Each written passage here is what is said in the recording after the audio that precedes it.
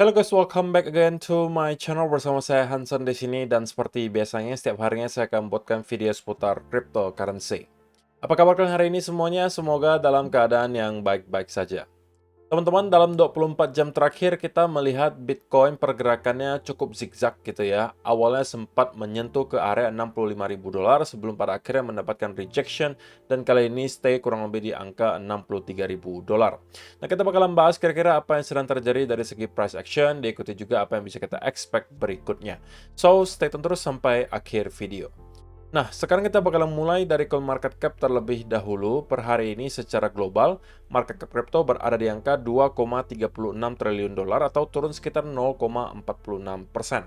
Nah, di top 10 coin sendiri kita juga melihat keadaannya sebenarnya dominan berwarna merah. Yang hijau itu cuma ada dua, teman-teman, yaitu adalah Solana dan juga XRP. Dan yang menjadi top performer hari ini adalah Solana dengan kenaikan 5,65% menuju 154,52 dolar. Sisanya mengalami penurunan antara 0, sekian persen hingga kurang lebih 4%. So, itu adalah outlook sementara dari beberapa top coin yang ada. Sekarang kita langsung saja masuk ke beberapa data dan berita terbaru hari ini. Nah, yang pertama teman-teman, pada akhirnya kita melihat ya bahwa tren inflow itu kembali datang ke spot Bitcoin ETF Amerika Serikat. Selain net flow-nya surplus, kita juga melihat GBTC sudah 2 hari berturut-turut tidak mendapatkan outflow, tapi justru inflow. Dan tentunya ini merupakan sebuah berita yang sangat baik ya teman-teman. Kita mau melihat tren ini terus berlanjut. Ketika GBTC tidak lagi mendapatkan outflow melainkan inflow, itu akan sangat membantu net flow gitu. Karena kalau misalnya sebelum-sebelumnya, teman-teman, walaupun misalnya kita mendapatkan ada angka yang cukup besar dari segi akumulasi ETF-ETF lainnya, tapi karena GBTC itu melakukan penjualan juga lumayan besar, jadi kalau dinetkan, itu angkanya jadinya nggak terlalu besar.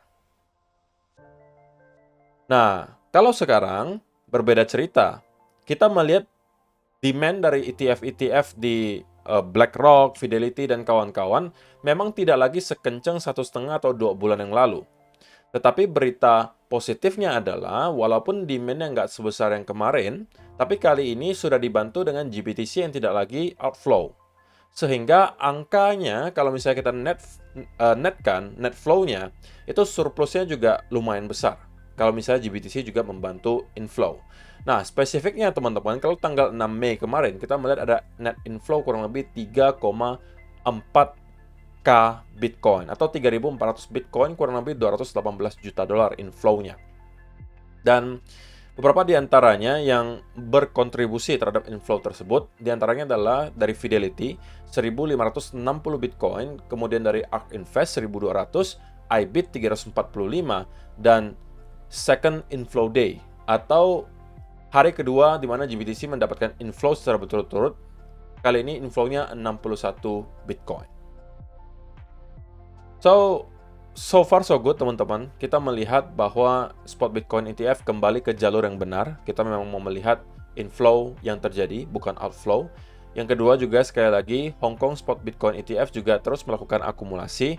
Walaupun mungkin angkanya tidak terlalu signifikan teman-teman, tapi at least itu akan bisa membantu lah gitu ya. Dan kita juga perlu tahu teman-teman bahwa biasanya ya, itu ada efek berantai gitu. Ketika para paus di belakang layar itu terus melakukan akumulasi gitu kan, spot Bitcoin ETF itu terus mendapatkan inflow, harga Bitcoin mulai start mengalami kenaikan, dan ketika harga mulai start untuk kembali meroket lebih tinggi, yang biasanya terjadi teman-teman adalah kita akan kembali melihat ada semacam FOMO terjadi di market. Retail-retail mungkin kembali start untuk masuk. Yang kemarin mungkin panic selling, ketika harga Bitcoin drop di bawah 60.000, jualan karena mungkin tidak tahan secara mental, harus kembali membeli dengan harga yang jauh lebih tinggi. Dan itu akan kembali mendorong harga kenceng ke atas, teman-teman. Nah, saya rasa itu belum akan terjadi sekarang. Dan kita juga melihat minggu ini kemungkinan volatility tidak akan terlalu signifikan. Ini juga udah saya sampaikan di video 1 atau 2 hari terakhir bahwa saya tidak expect akan ada volatility yang terlalu signifikan dalam 1 minggu ke depan karena in terms of event dan data ekonomi pun tidak ada yang mendukung untuk volatility minggu ini. Jadi ya kita bisa expect ada semacam cool down period dulu untuk Bitcoin yang sebenarnya menurut saya adalah sesuatu yang sangat sehat untuk kita lihat gitu ya.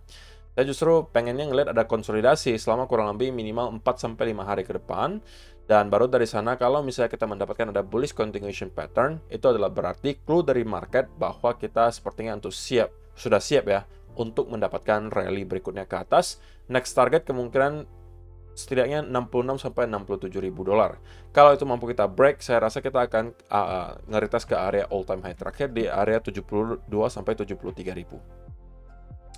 Dan juga berita positif berikutnya teman-teman, berbeda cerita dengan apa yang kita lihat dalam kurun waktu 1,5 atau 2 bulan terakhir, di mana pada saat itu funding rates berada di area yang cukup tinggi, menunjukkan bahwa banyak sekali traders yang menggunakan leverage yang sangat tinggi untuk trading.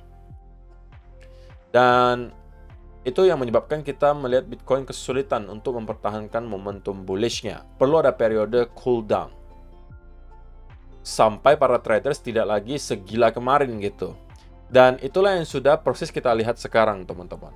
Disampaikan oleh Daan Crypto Trades di sini, Bitcoin trading back in the middle of the range. Meanwhile, the open interest and funding rates have come down considerably. Sentiment took beating as well, looking much better, but want to see 65K flip. Jadi, apa maksudnya di sini?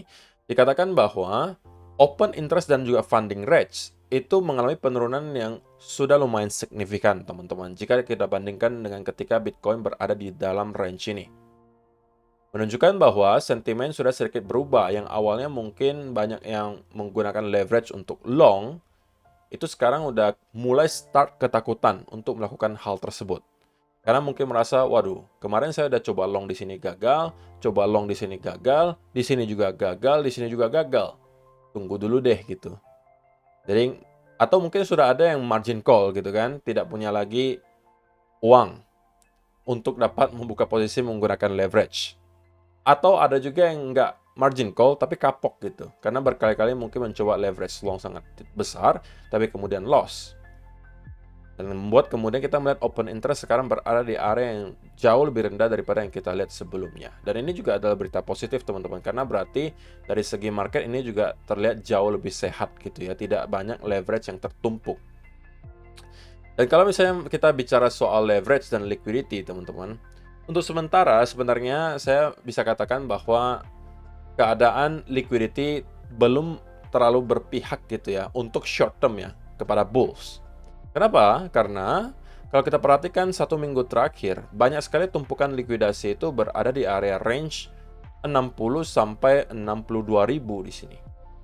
So, pertanyaannya apakah market maker akan kemudian menjemput dulu likuidasi di area tersebut sebelum kita melanjutkan kenaikan ke atas? Yaitu bisa-bisa saja teman-teman.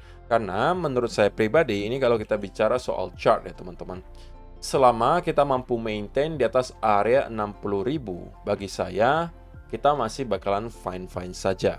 Artinya apa? Artinya kalaupun kita mendapatkan konsolidasi di sini dan kita mendapatkan koreksi sampai ke kurang lebih area 60.000 pun, bagi saya itu adalah sesuatu yang fine, teman-teman.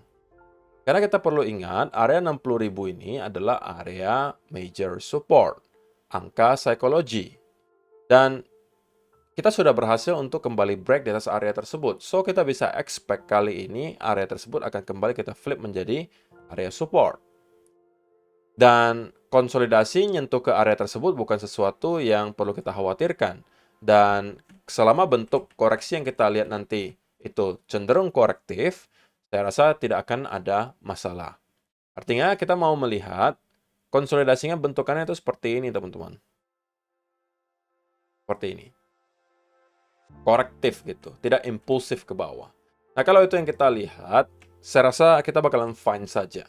Dan itu hanya memang mungkin market maker yang pengen mencoba untuk mencuci semua leverage yang ada untuk sementara. Gitu ya. Dan saya masih berada di perspektif yang sama, teman-teman, bahwa saya expect dalam minggu ini kita masih hanya akan konsolidasi di sekitaran area inilah, 64 sampai 60 ribu. Itu adalah area di mana kita akan ranging menurut saya.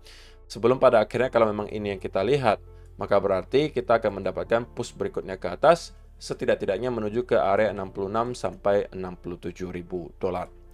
Nah, kalau misalnya kita bicara untuk short term banget, teman-teman, maka yang bisa kita lihat terjadi adalah kita kemarin sempat untuk break di atas 65.000 sebelum pada akhirnya mendapatkan rejection yang cukup kuat di sini. Nah, tentunya kalau kita bicara pure soal price action, untuk sementara sebenarnya tidak terlihat terlalu baik ya, karena ada beberapa hal yang mungkin bisa kita lihat di sini. Ada potensi nanti justru pembentukan head and shoulder di sini, teman-teman, yang bisa membawa Bitcoin short term mendapatkan koreksi yang lebih dalam. Atau kalaupun tidak ada head and shoulder yang terlihat, tapi kita mendapatkan ada pergerakan yang di sini cenderung cukup impulsif, diikuti ada corrective move, mungkin ada bear flag di sini. Ini adalah berarti kita akan kemudian mendapatkan setidak-tidaknya satu lagi wave ke bawah. Nah, berhentinya di sebelah mana? Bisa di beberapa tempat ya, teman-teman. Pertama, kita mungkin bisa nyampe ke area 62.000 lagi di sini. Ini sebagai area support pertama. Kalau misalnya untuk kita mampu jebol, maka kita bisa expect akan ada percobaan untuk nyampe ke kurang lebih area 60.000 lagi. Tapi saya tidak expect bahwa kita akan break di bawah 60.000. Untuk sementara seperti itu. Kalau kita bicara soal price action, belum ada yang mengindikasikan bahwa kita akan melihat sell off di bawah 60.000 lagi. Walaupun tidak ada garansi, tapi untuk sementara saya tidak melihat hal tersebut terjadi. So, teman-teman, in the short term, ya saya harus katakan saya cenderung keadaannya netral, sedikit mengarah ke bearish. Dan yang saya expect terjadi dalam waktu dekat adalah kita hanya akan ada konsolidasi di sini, kemudian start lagi mendapatkan koreksi, mendapatkan mungkin koreksi yang lebih panjang seperti ini, dan barulah ketika kita sudah menyelesaikan koreksi tersebut, kita akan kemudian mendapatkan rally berikutnya ke atas. Jadi ini hanya part of the correction, teman-teman. Ini bisa menjadi bear flag ya. Dan ini kalau misalnya teman-teman yang scalper, ya mungkin kalau bisa mendapatkan setup dengan reward ratio yang baik, itu mungkin bisa dimanfaatkan gitu. Tapi kalau misalnya teman-teman yang cenderung merupakan swing trader, ini mungkin bukan saatnya untuk kembali masuk ke market. Karena kita kemarin sudah mendapatkan setup di sekitaran area di sini ya, teman-teman. Inilah area kita masuk, dan harusnya teman-teman yang sudah masuk dari kemarin sudah saya sampaikan juga bahwa stop loss-nya sudah harus digeser ke positif. Tidak lagi di entry, tapi sudah di positif. Jadi apapun yang terjadi ke market ke depannya, kita tidak akan lagi loss di setup ini, melainkan pertanyaannya hanya seberapa banyak profit yang kita dapatkan. Gitu ya. So, saya rasa itu saja yang perlu saya sampaikan di video hari ini, teman-teman. Kesimpulannya adalah untuk short term, saya netral cenderung sedikit mengarah ke arah bearish. Dan saya expect pergerakannya akan hanya konsolidasi di sini, kemudian ada satu push lagi ke bawah, baru kita akan start kembali bouncing ke atas dan membuat semacam konsolidasi yang lebih panjang, lebih besar di sini, dan baru pada akhirnya mungkin minggu depan kita bisa expect akan ada rally berikutnya ke atas. So, saya rasa itu aja. Terima kasih untuk kalian yang sudah menonton sampai selesai video hari ini. Semoga bermanfaat untuk kalian semua. See you in the next video. Bye-bye.